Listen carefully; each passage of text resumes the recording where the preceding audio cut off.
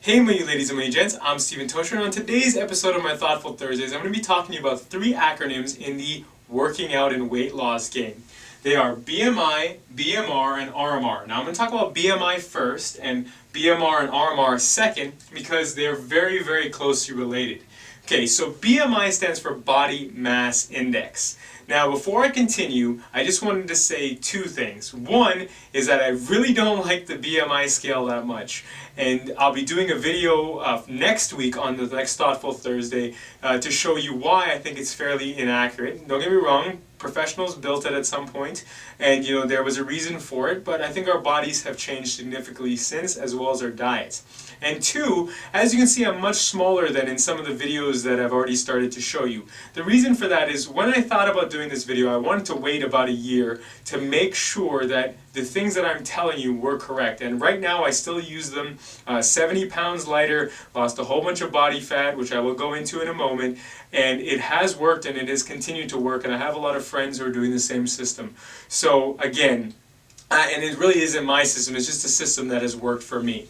Alright, so your BMI essentially stands again for Body Mass Index. So that means based off of a simple scale, putting in your height, your weight, and your even your activity level in some scales, and your age, you then will get a percentage of what body fat you may have based off a very standardized scale. So at the time in the series, being around 255 when I first started, I was around 35% at the BMI when it comes to fat. When I was at the exact point in the series right now, I was around 32% BMI, okay? So 32% body fat is what they calculated for myself, and that could have been true. But now I'm 187 pounds, and they believe that my BMI is 24%.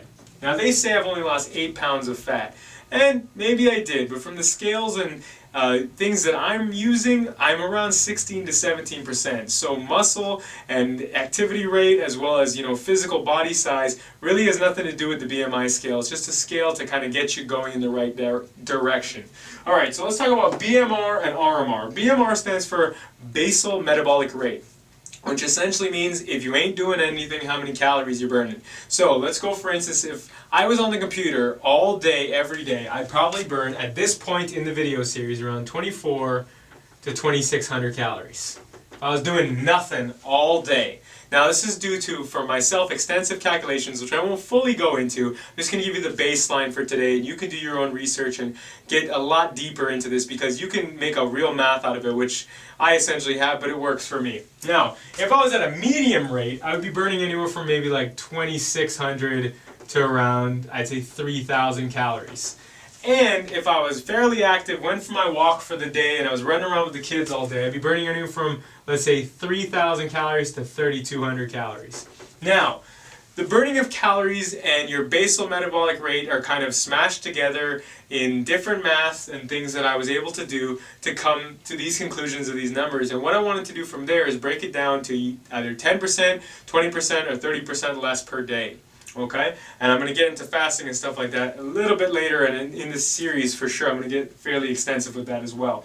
So these were the lows and highs of a day based off of my basal metabolic rate. So let's move over to the RMR, which is your resting metabolic rate. A little bit different, but basically the same thing. Basically all this means is you are in bed all day doing nothing.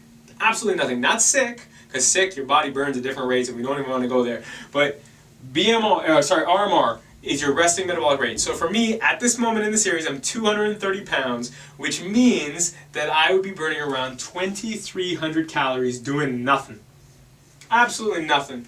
Sitting down, not even looking at the TV, just laying there like, right? That would be my RMR, my resting metabolic rate. So let's say I decided I want to watch TV all day at this rate. Then I'd probably be around 2,500 calories because you burn about 10 calories per hour after your resting metabolic rate has been answered and you know your numbers. So times 24, around 200 calories. So I've been around 2,500 calories, or like I said before, somewhere in there if I did close to nothing all day and was just using my eyeballs and very low movements and going to the washroom. Now, I'm 187 pounds at this moment, and so my resting metabolic rate is 2,000 calories. So as you can see, as your body gets smaller, right, your body needs less calories to keep it burning and to keep it going. So if I was closer to 300, like when I was 14 years old, I'd burn maybe 2,700 calories, which means I could eat a bit more, right? And maybe that's why I never really gained too much weight after a certain point a lot of the times,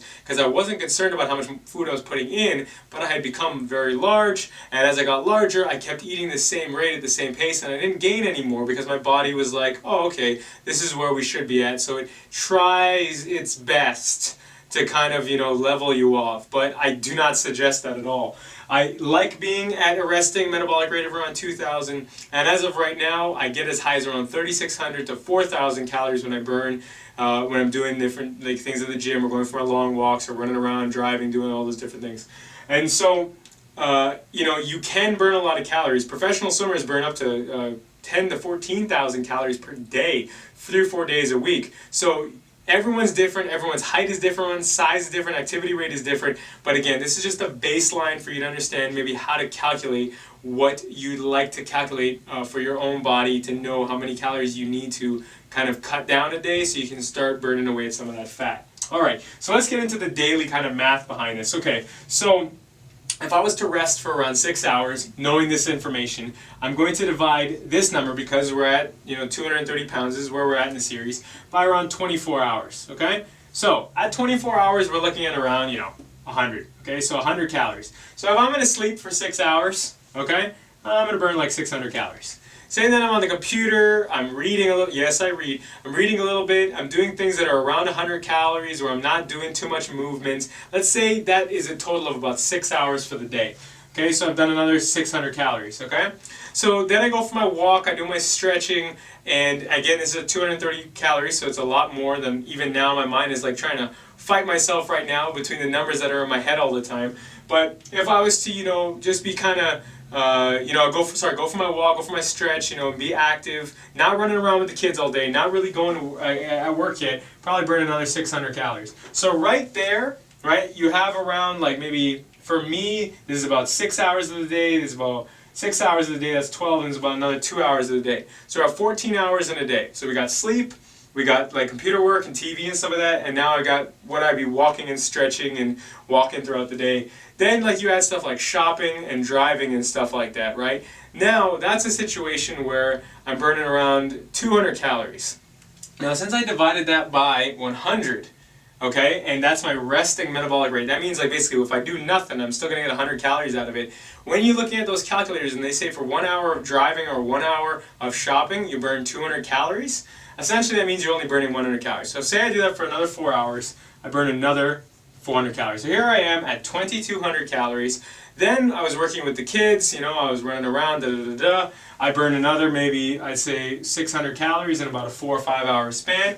So now we're at around 2,400, 2,800 calories. And again, this is a fairly active day. So if I was to also include little things like, digestion, using the washroom, and all those other things that you don't really think about, I burn another 200 to 300 calories a day. Okay, so and including housework and stuff like that. So I'm going to add on a little plus here, and I'm going to say another 300 to 400 calories. Okay, so that would get me to around 3,100 calories or so. And again, it would change every day. Like say I go for 2 walks because I feel like I can, or say I go for an extra set of shopping with my mom, or there's a lot of housework that needs to be done, or the kids want me to play intensive sport, all kinds of stuff like that. Those things will factor in your day-to-day struggle. So in that, I had to consider that every day is going to be completely different. Okay, I had to consider that things are going to be different.